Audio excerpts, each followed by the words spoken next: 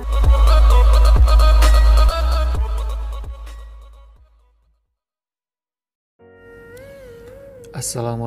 warahmatullahi wabarakatuh. Selamat pagi teman-teman, pecinta lobster air tawar dimanapun Anda berada. Oke, kali ini saya ingin membahas ya seputar lobster air tawar yang mati atau penyebab utama kematian pada lobster air tawar, khususnya untuk pembudidaya pemula ya. Ini saya share bagaimana saya dulu mengatasinya. Saya kan juga masih pemula, masih sekitar 3 tahun 4 tahun ini ya. Saya masih pemula juga dan tetap melakukan riset demi riset penyebab kematian utama pada lobster air tawar yang saya budidayakan pada waktu itu. Jadi share pengalaman aja ya. Jadi yang pertama itu penyebab utamanya itu adalah stres ya. Lobster air tawar Anda mengalami stres. Oke.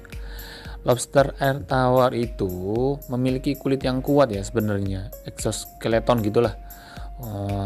Oleh karena itu mereka jarang sekali sebenarnya terserang penyakit. Walaupun nyatanya tetap saja nih ada penyakit-penyakit yang umum menyerang lobster, seperti parasit yang menempel pada cangkang lobster air tawar, gitu teman-teman. Terus penyakit-penyakit tersebut ini jarang sekali ya menyebabkan kematian pada lobster air tawar. Biasanya itu parasitnya hanya menempel ya di cangkangnya, di buntutnya gitu, di kaki-kakinya juga kayak gitu.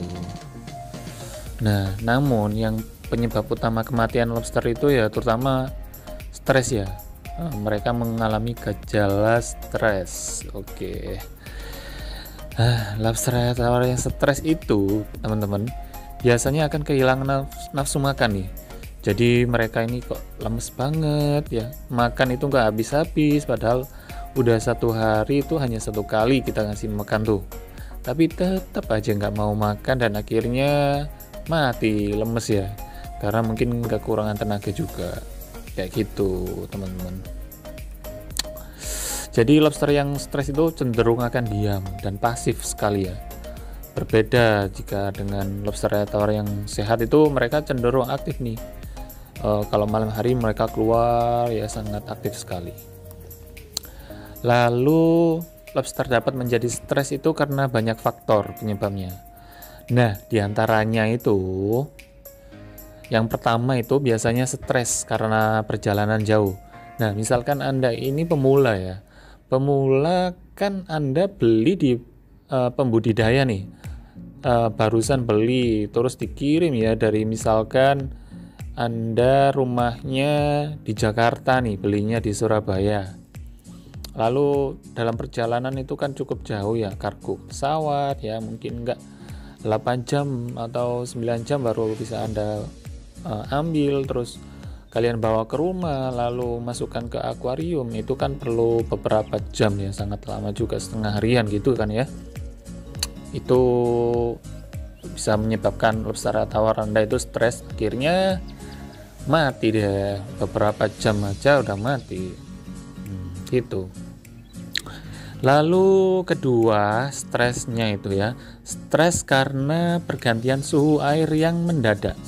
Nah, suhu air di kolam pembudidaya itu kan juga berbeda nih sama suhu air yang kalian miliki. Misalkan suhu air yang di pembudidaya itu sekitar 20 atau 24 ya derajat Celcius, lalu kalian memasukkan ke suhu kalian yang hanya 19. Nah, itu kan pergantian suhu yang sangat jauh nih. Suhunya kalian sama suhu di kolam pembudidaya yang sebelumnya. Nah, itu juga dapat mengakibatkan stres, teman-teman. Nah, itu ya. Lalu stres karena pergantian tempat hidup nih. Nah, tempat hidupnya misalkan di pembudidaya hidupnya di kolam semen, lalu kalian ganti di kolam terpal. Nah, itu kan juga mereka juga perlu adaptasi ya. Nah, kemungkinan besar adaptasinya itu gagal, teman-teman. Kayak gitu. Ya. Lalu stres selanjutnya itu stres karena gangguan manusia. Nah, misalkan nih kalian di rumah kalian banyak teman, banyak orang tua kalian, ada anak kalian, ada istri kalian atau suami kalian, mereka suka ngeliatin lobster nih, suka diliatin terus panjang hari, diliatin bolak-balik, diliatin, bahkan dipegang, diambil, diserok. Nah, kayak gitu, itu dapat mengakibatkan stres, gitu teman-teman. Lalu stres karena aktivitas kawin yang terputus nih.